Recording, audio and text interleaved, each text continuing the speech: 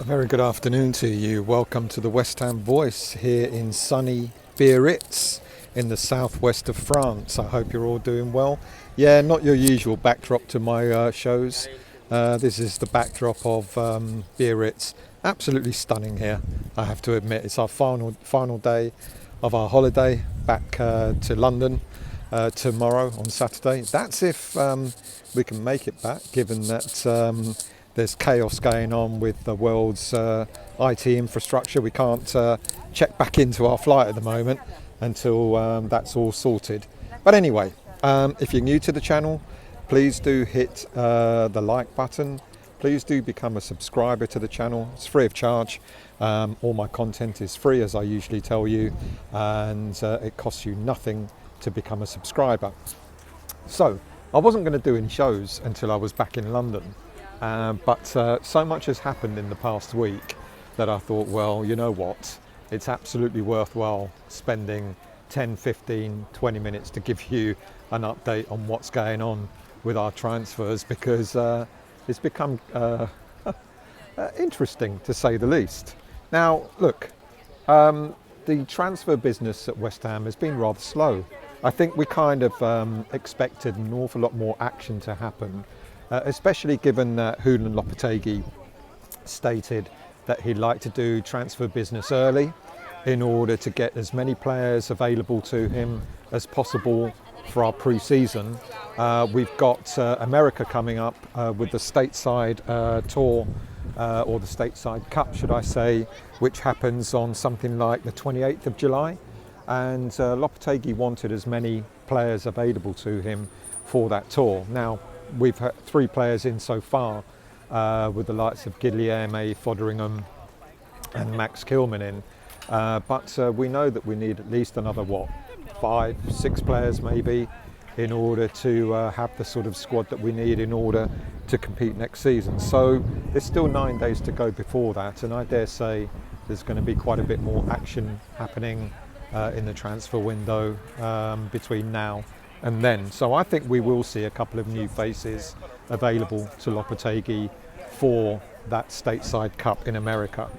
And I guess with Tim Steidten now fully in charge and David Moyes no longer around to be a barrier to transfer business, I guess we were expecting a lot more to happen, but that's not materialised. But there are so many stories at the moment being linking us to so many players, so many different players. It's really difficult to sort of determine what really is a realistic target anymore and what isn't. And the direction of West Ham in terms of transfers also seems to be rather confusing at the moment, because I guess with Tim Steidten we thought, well, we're going to get a whole load of new players that we've never heard of, like Guilherme, for example. I think we kind of half expected that we were going to get quite a number of names that we'd not heard of before. But as usual with most transfer windows, that's not been the case. All of a sudden we're being linked to players that we've been linked to many times in the past. So you started to hear again links to Callum Wilson, Dominic Calvert-Lewin, and players like that. Even Wan Bissaka, who we've been linked to in the past. We've even been linked to Reiss Nelson in the past. It's not the first transfer window that we've been linked to him. And when you start hearing all the names that we've been linked to in the past, you do start to ask yourself, well, is Tim Steidten doing the job that we kind of expected him to be doing, to unearth some new players? Now, look, I know I'm not stupid enough to think that we can fill the squad with just total unknowns. But I am expecting at least another 1 or 2 players that we've kind of not heard of before to come into the fray. But I guess we'll see. Now, look, there are a few new names that have cropped up. And these are the players that I think we're going to probably stand a bit more chance with, a bit more push in getting. Like, for example, Jean-Claire Todibo of Nice. All right, we've had a loan bid with an obligation to buy made, and that's been more turned down by the player rather than Nice themselves. My understanding is that Lopetegui and Steidten have been speaking to the player directly to try and convince him that his future lies with West Ham United. We know that his preference seems to be with Juventus. They can offer Champions League football, etc. But I don't think, my understanding is that Juventus have got the financial muscle to actually push a deal through. So it's going to be interesting to see what happens with Todibo over the next few days. And my understanding is we are still in with a shout for him, and he could be persuaded to come to West Ham United. Also, there's obviously the player up front with Duran from the Aston Villa and the Colombian striker, where we made a bid for him, but Aston Villa wanted £40 million, and now Aston Villa are softening their stance because they've realised that they're asking for far too much money for a player who's kind of unproven in the Premier League. Yeah, we've seen flurries of what he's capable of doing. It's interesting that he didn't play an awful lot for the Colombian team in the competition over in America, the Copa America recently. So I guess there's question marks over him as well. But if West Ham United can strike a decent deal for the player rather than the silly money that's being asked for by Aston Villa, then I guess there's a chance that we could still strike a deal for him. So watch out for that. That's still not done and dusted. And then when it comes to our right backs, we need, obviously, now that Ben Johnson has gone, we need a right back at the club. And two players that we've been linked to regularly have been Kyle Walker-Peters of Southampton, and of course there's also Aaron Wan Bissaka of Man United. Now, apparently, with regards to Kyle Walker-Peters, if we were that interested in the player, I guess the deal would have been done at the same time as the Flynn Downs deal, where Downs has now permanently signed for Southampton.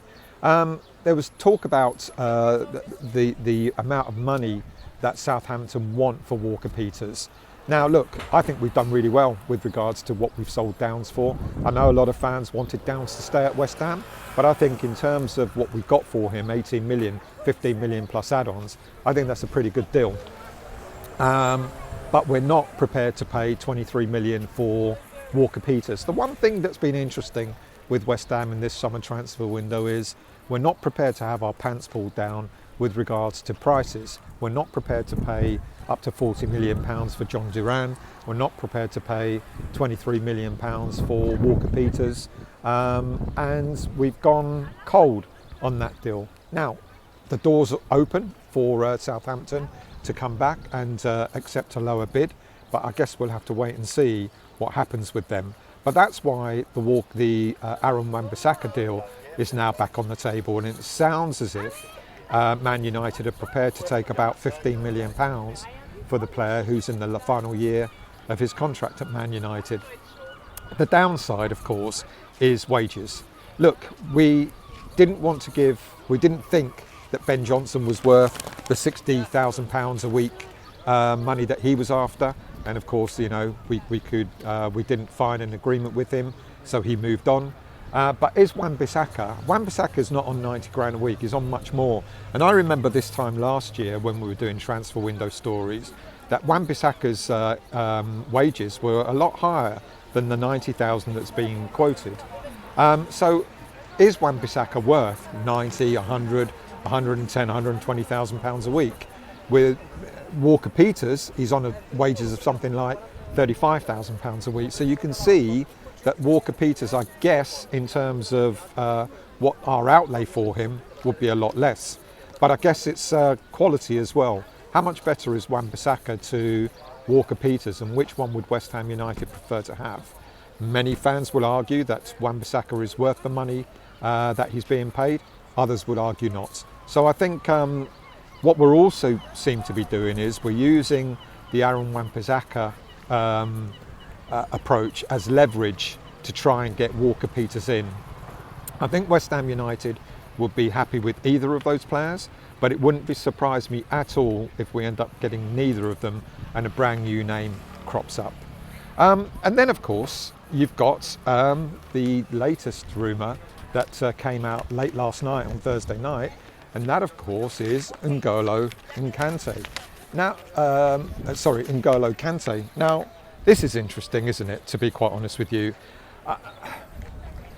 Again, many fans are going to go, hang on a minute, that certainly doesn't sound like a Tim Steidten type of approach. But interestingly, it's Tim Steidten that's approached Al Ittihad, the Saudi team, as to his availability. Now, the Saudi team apparently don't want to let him go. They prefer to keep him, but West Ham are prepared to pay a £20 million fee for the player, 33 years of age, and West Ham seem prepared to pay that for the player. Let's be honest, was one of the star players of Euro 2024. Even at 33 years of age, Kante demonstrated his capabilities amongst the elite. You know, he was probably France's best player. He's probably, undoubtedly, one of the best players of Euro 2024. And even at 33, Kante could certainly elevate West Ham United to another level. There's quality. Sometimes, doesn't matter what age a player is at. You know, at the age of 33, Kante definitely proved that he's got all the capabilities of playing at the highest level. Now, apparently the deal has been described as complicated. What deal for West Ham United, what transfer deal for West Ham United is not complicated these days? But I think West Ham are really intent on getting him. Lopetegui, as we know, is a favourite. He favours the player. He wanted him at Real Madrid when Lopetegui was there, and Steidten has made the approach. So Tim Steidten and Lopetegui are in tandem with this particular deal. I think it's interesting. Is it the direction we want to go when it comes to, you know, players in terms of you know, their age, you know, progressing forward, having a younger team, etc.? No, it isn't. But quality is quality, and Kante could certainly elevate West Ham. You know, even if we get him, you know, let's say it is a £20 million deal and we have him over the next 2 years, maybe a short deal. I think it's a player that would certainly add a lot of experience to the West Ham United side. So let's see what happens there. Let's see if that comes off. Do I think it will happen? I'm not sure. I think it's an interesting story, but let's see if it really materialises. So look, there is going to be action. I'm pretty certain that we over the next week or so, we are going to see players coming into the club, so that Lopetegui has as many players available to him for the American tour. Of course, they may be, you know, we've got players that have come back from international duty. Of course, Kudus was back training with the team, and he played in the first pre-season friendly the other day against the Hungarian side, Ferencváros. And we'll have 1 or 2 more players coming back from international duty, players that played international games for their, you know, like Souček and Soufal and various others. And I dare say also, with the whole rigmarole going with Paquetá, he's only got to fly over from Brazil to America to join up with the squad. He may do as well. Brazil were knocked out of Copa America sort of a couple of weeks back, so he could also be back in time for the American tour. So we're going to see a number of our stars who are on international duty that will come back, and I'm pretty certain we will see a couple of new faces coming back, coming in to West Ham. Will it be Kante? Will it be Duran? Will it be Walker-Peters around Wan Bissaka? Will it be 1 or 2 others, Jean-Claire, Todibo? I guess time will tell, but my feeling is next week will be the week where we will see quite a lot of movement. Look, I'll be back at the weekend. Obviously, I'll sort of do further updates, etc. But I just thought I couldn't resist. With N'Golo Kante now being linked to West Ham United, it was one of those, you've got to do a video. Anyway, I hope you enjoyed this catch up. Like I said, if you're new to the channel, please do hit the like button, and please do become a subscriber for all my content that's free, and I'll see you all very soon.